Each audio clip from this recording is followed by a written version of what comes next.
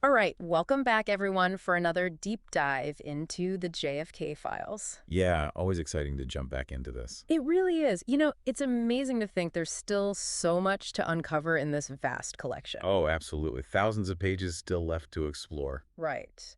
And for today's deep dive, we're going to be looking at files 401 through 450. So that's another 50 documents to sort through, analyze, and see how they all connect. Always a bit of a mystery what we'll find, too, isn't it? I mean, with the, let's just say, unique filing system they used. Oh, yeah, the naming conventions are, well, they leave something to be desired, that's for sure. It definitely Yeah, makes it a bit more challenging and a lot more fun to try to piece everything together. it's like working with a giant jigsaw puzzle where half the pieces are missing and the picture on the box is just a vague sketch. Exactly. But that's part of the intrigue of it all, right?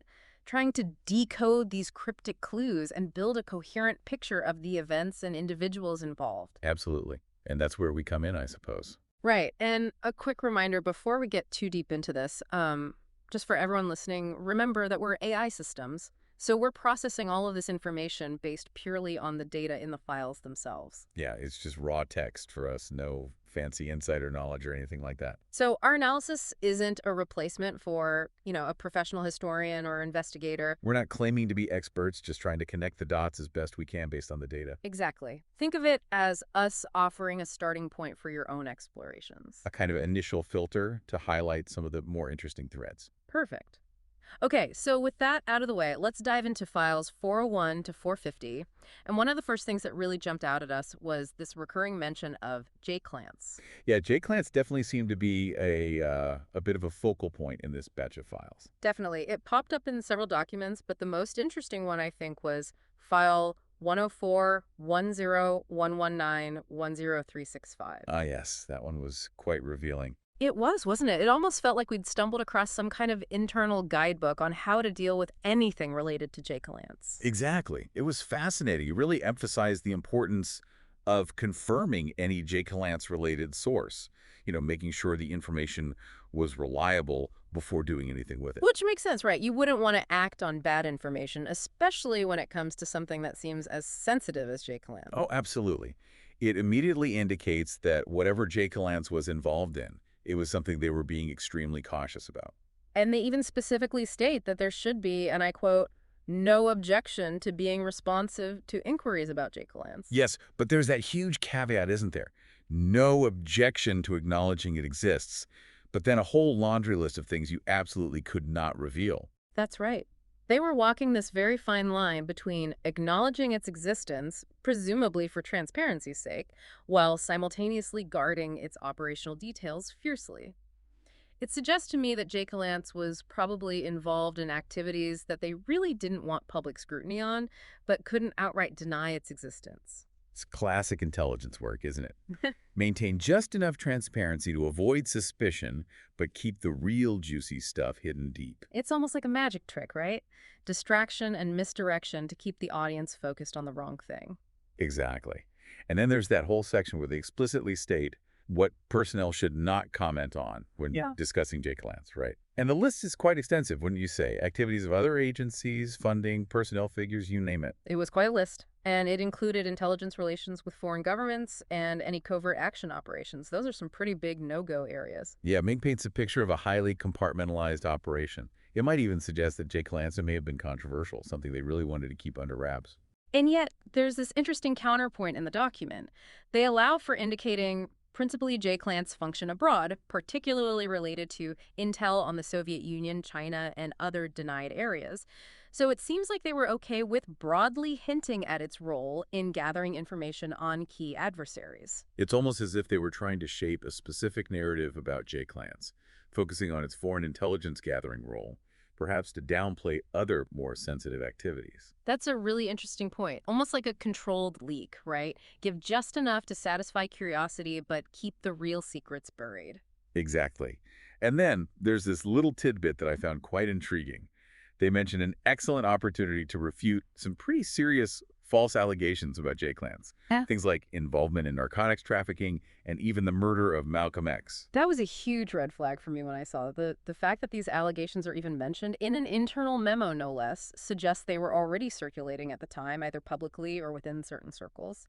It's as if they were trying to preemptively counter a smear campaign. right?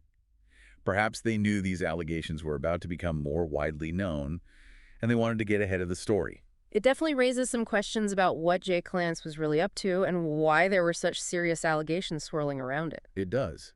And it speaks to the inherent tension between secrecy and public accountability in the world of intelligence. Okay, so speaking of public perception, the document gets extremely specific about how to deal with any inquiries from Newsweek correspondents. Ah, yes, the Newsweek connection. This seems to be a key part of the puzzle. They were adamant that there should be no mention by him, meaning the Newsweek journalist, of names of J. Clance personnel. And any information shared was strictly background use only, not for attributed publication. Anonymity was paramount for them. It's understandable, though, isn't it? Especially when you consider the rationale they provide. A very real concern for personnel identified as J-Clans becoming targets for physical harm by extremists.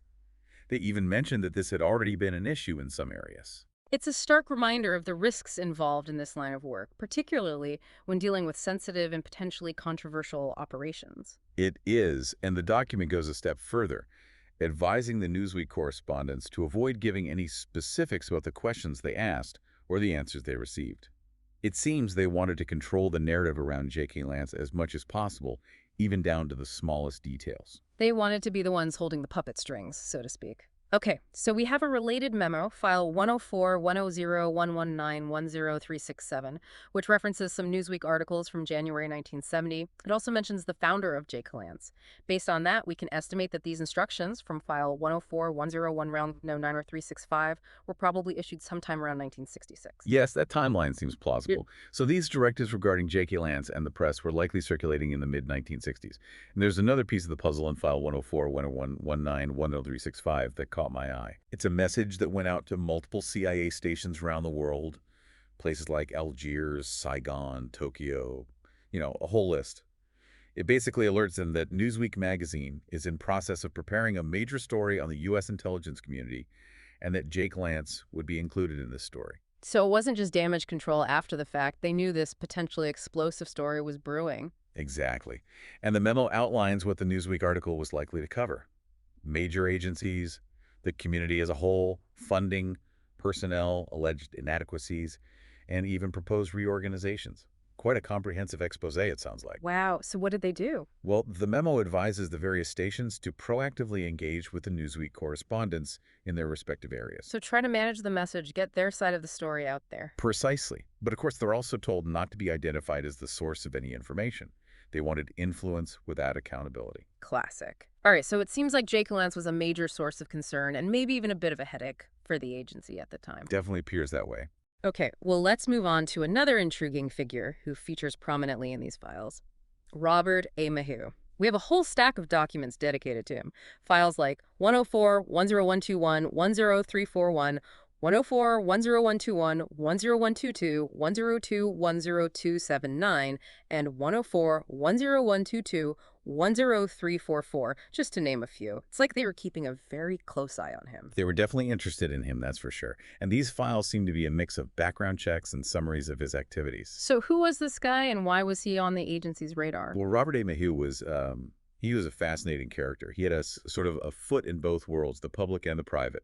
Born in 1917, he had some experience with the FBI before starting his own investigative firm, Robert A. Maheu Associates. So he was an ex-FBI agent turned private investigator. That's an interesting career trajectory. It is, and from what the files indicate, his firm was handling what they called prestige accounts, working for big corporations and unions. So clearly, he had built a reputation and a network. So he was well-connected, potentially had access to information and resources that the agency might find valuable. Exactly. But it goes even deeper than that. How so? Well, it mentions that he was involved in some rather, shall we say, delicate matters. For instance, he was involved in, I'm quoting here, procuring feminine companionship for King Hussein during state visits in 1959. That's putting it mildly. What else was he involved in? Well, even more significantly, he was involved, along with Johnny Roselli, in an attempt to assassinate Fidel Castro. That operation kicked off in 1960. Wow. So we're talking about some seriously high-stakes clandestine operations here. Oh, absolutely. And it notes that both of those operations, the King Hussein and the Castro ones, were covered by what's known as a family jewels memorandum. The family jewels. That sounds ominous. What exactly is that referring to?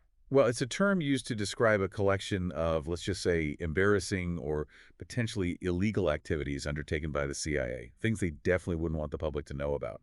So the fact that these Maheu operations are included in that category speaks volumes. It does, doesn't it? Okay, so we've got an ex-FBI agent turned private investigator with connections to royalty and attempts to assassinate foreign leaders. What else? Well, it gets even more intriguing.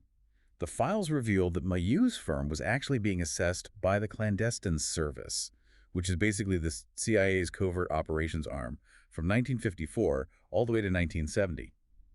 They were trying to determine if his firm could be used for non-official cover purposes. Non-official cover. Yeah. So using his firm as a front for covert operations without any direct links back to the U.S. government. Exactly.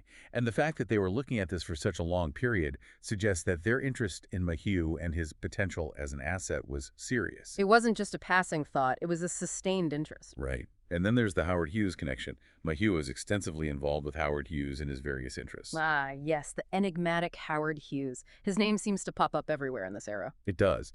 And it seems Maheu was handling a lot of Hughes' sensitive and private matters. So he was a fixer for a billionaire, involved in covert operations, and had a long history with the intelligence community. It's quite a resume. It is. And the files even note that he was considered a cooperative asset, meaning the agency saw him as someone they could rely on. What? But they were also aware that his extensive involvement in so many different activities could make him vulnerable to compromise. He was a high-value target, both as an asset and potentially as a liability if he fell into the wrong hands. Exactly. And this concern is further evidenced by the fact that the agency was actively tracking his activities. File 104-10122 10346 indicates that summaries of Maheu's operational involvement were being circulated within the CIA as of June 1966. They were keeping tabs on him, making sure they knew what he was up to. It seems so. Yeah. And we even get details about specific projects he was involved in. One in particular that stands out is Project Harpstar.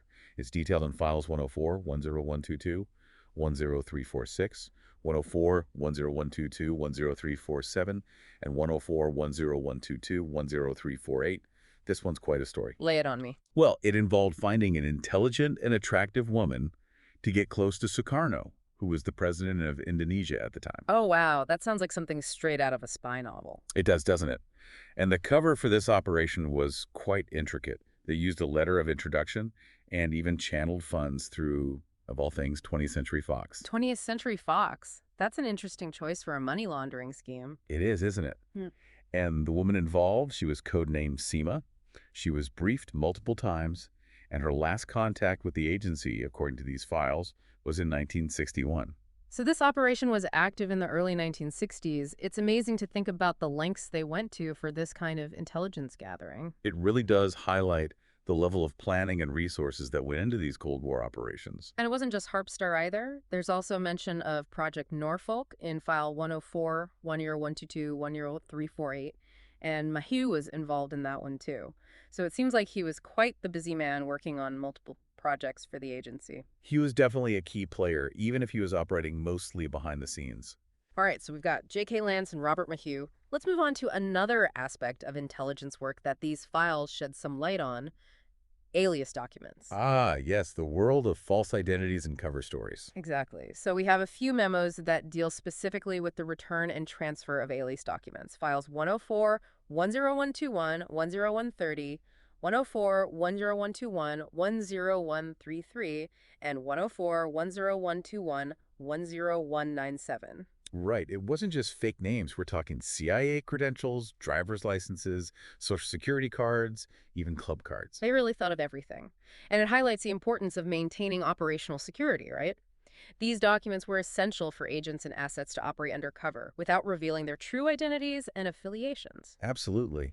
Losing these documents or having them compromised could have been disastrous. It could have jeopardized ongoing operations and put people's lives at risk. Exactly. And these memos, they show the careful tracking and management of these documents. So the fact that these particular documents, the ones issued to Miguel Picosio, Diego S. Mardones, and Daniel Suarez Moreno, were being returned, that usually means that the operation they were used for had come to an end. That makes sense. And these documents were returned in July 1975, so we even have a specific time frame for when these operations wrapped up. It's a small detail, but it helps us piece together the chronology of events. And there's another memo, a separate one, that details the transfer of alias documents for David Morales. That included a CIA credential and a Mexican passport. And then name David Morales, that pops up a few times in these files. It does, doesn't it? Seems like he was quite active. And speaking of personnel, we also have some files that deal with what personnel matters. For example, file 104-10120-10276. This one's from 1963, and it's a request for official documentation for someone working for SAS. They needed a U.S. Army investigator credential and a civilian identification card, and they were going to be operating in the southeastern U.S. and maybe even Latin America. Ah, yes, that one was interesting. It shows the collaboration between different agencies and even private entities in intelligence work, and the need to provide cover for people working in sensitive areas. Right. It wasn't just the CIA working in isolation. They had to coordinate with other organizations, both domestic and foreign. Absolutely. And we also see evidence of internal recognition within the agency. Memorandum 104, 121, 10140 recommends David S. Morales, the same guy from the alias documents, for the Intelligence Medal of Merit. They cite his long and dedicated service to the CIA. So this guy Morales, he was definitely a valued member of the team. It seems so. And that ties into another interesting file, 104, 10121, 10236. This is a memo from 1968, and it lists foreign awards and decorations presented to various individuals. And guess who's on that list? David Morales. David Morales. He received the Order of the King from Laos in October 1968. So he was being recognized both internally by the CIA and by foreign governments for his work. It's almost like we're piecing together his career within the agency bit by bit from these various documents. It is. It's like an archaeological dig, uncovering fragments of a hidden history. I like that analogy. And we're not done with Morales just yet. There's another document, file 104-10121-10263, that gives us addresses for both David S. Morales and a Mr. Lavery in 1960. It's another small piece of the puzzle. Right. And then we have a couple of memos from 1967 and 1968, files 104-10122-10291 and 104-10122-10307. These ones discuss Lionel Tyler and Edward P. Morgan, both of whom had backgrounds with the FBI.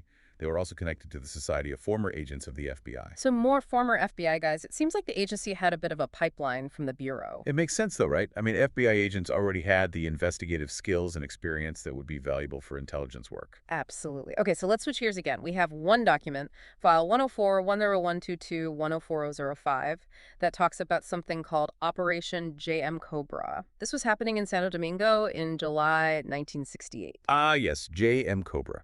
It's a glimpse into a very specific operation. What can you tell us about it? Well, it mentions a Father George's who was in contact with someone or something called JMRI until August 1966. And then it says that J.M. Cooper had no current contact with Masfer, but they were proposing a trip to New York to try to make contact. So a lot of code names and mysterious figures. What was the operation about? Well, according to the file, J.M. Cooper was using a legitimate business enterprise as a cover. The goal was to exploit their extensive contacts in the Dominican military for business purposes. So classic cover operation, using a business as a front for intelligence gathering or some other covert activity. Exactly. And it gets a bit more, let's say, colorful when it mentions that Cy Mandel is probably the same person as Seymour Mandel. And this guy was a former bar owner in Havana who was allegedly involved in smuggling and other illegal activities. So maybe some connections to the criminal underworld. It's certainly possible. It's fascinating to see how the agency sometimes operated in these morally gray areas using individuals who weren't exactly squeaky clean. It highlights the complexities of intelligence work, especially during the Cold War. Sometimes you have to work with unsavory characters to achieve your objectives. Okay, we have time for one more interesting find from these files. This one involves Robert D. Ploquin. He was the president of International Intelligence, Inc. Intertel, yes. That's right. This is from a 1971 memo, file 104-10122-10288. That was a really interesting one. Ploquin was a former agency employee, and in this memo, he was trying to find a job for another former agency colleague. So even after leaving the agency, the connections and relationships continued. They did. And what I found fascinating about Intertel, it was described as a unique organization that had actually been written about in the Wall Street Journal and the Sunday New York Times. So they were operating somewhat in the public eye. They were. And their stated mission was to help legitimate businesses avoid getting tangled up with companies secretly controlled by the mafia. They were basically trying to prevent businesses from unwittingly partnering with organized crime figures. So, ex-intelligence officers using their skills and knowledge to protect businesses from the mob, that's a pretty cool niche. It is, and it shows how the skills and experience gained in intelligence work could be applied in the private sector. And, just to add another layer of intrigue, the memo mentions a rather complex relationship between Intertel and, you guessed it, Robert A. Maheu and the Hughes Tool Company. There was even a lawsuit involved. It's like everyone in these files is somehow connected to everyone else. It is, isn't it? It's all interconnected. All right, so just to recap, in this batch of 50 files, we've uncovered a potential covert operation codenamed JK Lannis, delved into the fascinating and multifaceted life of Robert A. Maheu, explored the world of alias documents and the importance of maintaining operational security, gleaned insights into personnel matters within the agency, and even looked at specific operations like JM Cobra and the post-agency activities of individuals like Robert D. Plotkin. It's amazing how much information and how many intriguing stories are packed into just this small slice of the JFK files. It really is. And remember, this is just a tiny fraction of the entire collection. There are over 2,000 files in total, and each one holds the potential to unlock more secrets, more connections, and more insights into this pivotal period in history. It makes you wonder, doesn't it, what other hidden stories are waiting to be discovered? It certainly does. So keep exploring, keep asking questions, and maybe, just maybe, you'll be the one to uncover the next piece of this complex and fascinating puzzle. The mystery continues. It always does.